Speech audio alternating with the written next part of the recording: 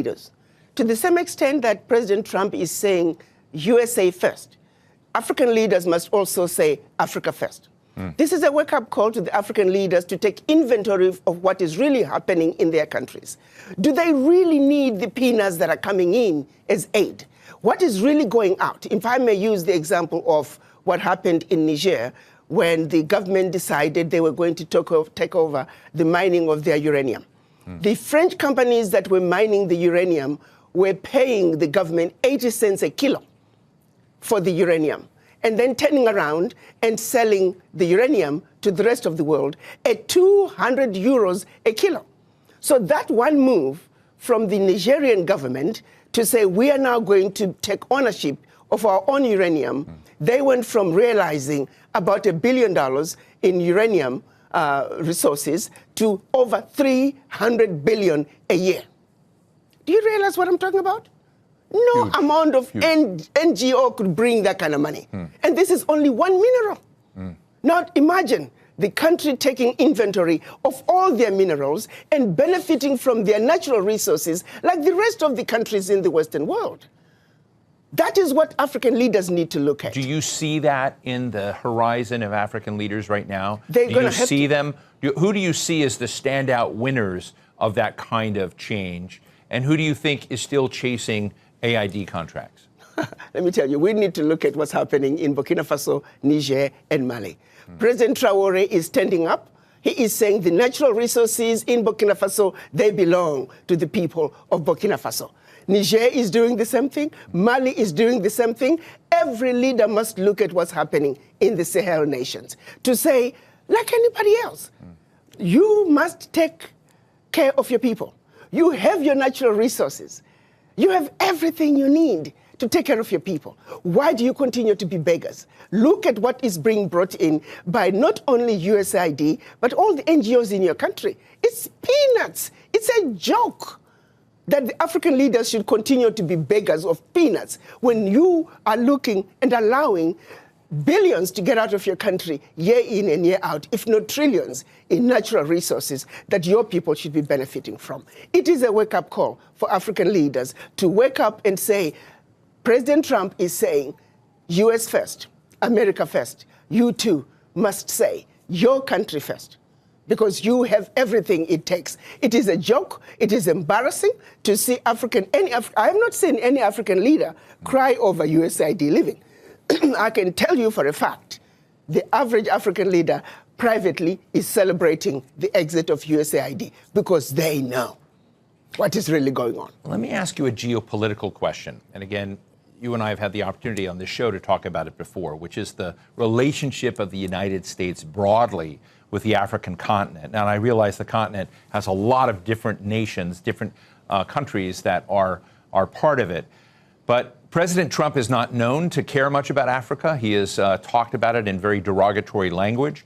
His comments about USAID have had nothing to do with Africa. They've had to do with downsizing the scale of government and the perception of corruption and policies that are not consistent with his own. He's not framed any of this in terms of African needs or whatnot.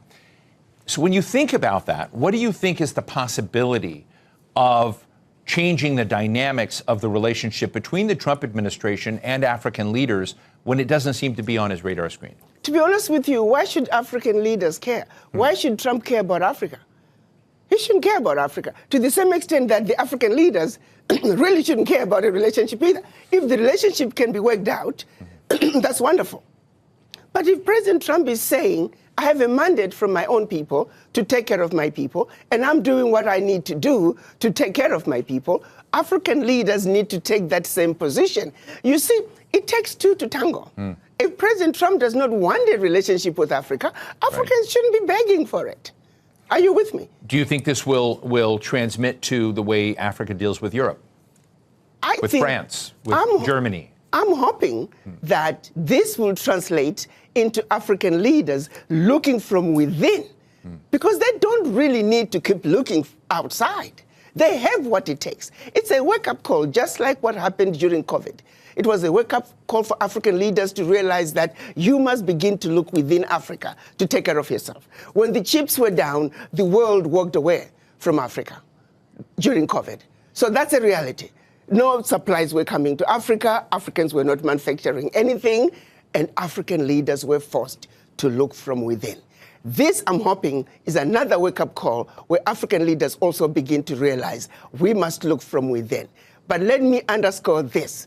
The average African leader and majority of leaders of developing world, I can tell you, they are celebrating the exit of USAID, and we hope that there will be exits of many other NGOs that are carrying out nefarious activities in Africa and anywhere else in the developing world in order to further the agendas of their governments, which is to continuously destabilize, divide, and conquer. To be quite candid, Ambassador, much of the world looks at the African continent as a gold mine, as Absolutely. a diamond mine, as Absolutely. a mine for precious materials and resources, which we've talked about. One of those other major powers, rising powers in the world, is China. Yes. China has huge stakes, and there's always been the narrative that America is not doing aid very well in Africa, that China is beating us. Bono would come out and say, hey, in all of the refugee camps and whatnot set up in Africa, even the tents say made in China, even though the United States may be providing the support. Yes. That there's a lot of both criticism and acclaim for the fact that China has been involved in recent decades in helping Africa develop its infrastructure and whatnot, to position itself better in Africa than the United States and maybe Europe have with regards to resource agreements in Africa. So is China the next villain in the story? Well, again, my position is Africans must take a position and protect their turf. China wants to come and exploit Africa, they'll get away with it to the extent that Africans allow them. The United States wants to come and exploit Africa, they'll get away with it to the extent that the Africans will allow them. The question is, does Africa have an African position when they come to the negotiating table with the world? The answer right now is no. Africa must unite. Africa must speak with one voice, and Africa must go to the world stage with one voice, one agenda, one plan that the world will have to respond. But as long as Africa is going to the world as bitty little countries, as Togo, as Eswatini, as Guinea-Bissau, Africa is fighting a losing game. Africa must unite, and Africa must speak with one voice. That is the only way a strong, united Africa can take a rightful place on the world stage and be respected and stop the exploitation. Why is it so hard? I think it's a long history. If you go back to colonization, if you go back to the Christianity and how it was introduced, how we were trained to be subservient. In Africa, the rules of the game were the same. I think that what was done to brainwash black people around the world, long before they even left Africa, we are still suffering from that legacy of colonization, the legacy of slavery, where the people in power, they themselves don't believe they can do it. We still have leaders who believe you can't make it unless you're working with white people. We have individuals who think only something brought in by white people is what's likely to succeed. With that kind of mentality, it is a very difficult battle. Our battle to succeed, to unite as the African continent, it is a battle of the mind. And each and every African must realize that we are defeated where it matters the most, which is the mind. Brainwashed to the core. Brainwashed to not believe in ourselves and what we can do as individuals. Wherein lies the problem. I won't call them nationalists, but our continentalists are those that are trying to, as you say, take stock of their situation and raise up Africa and their nations by their own bootstraps to be less dependent on external countries and investment and aid. Is that flavor beginning to take hold? Is that sort of leadership being, is it more and more evident, or do you think you have a big lift ahead? I think what's happening in the United States through President Trump is going to make them realize that this is what you need to do. You're going to have to pull yourself up by the bootstraps.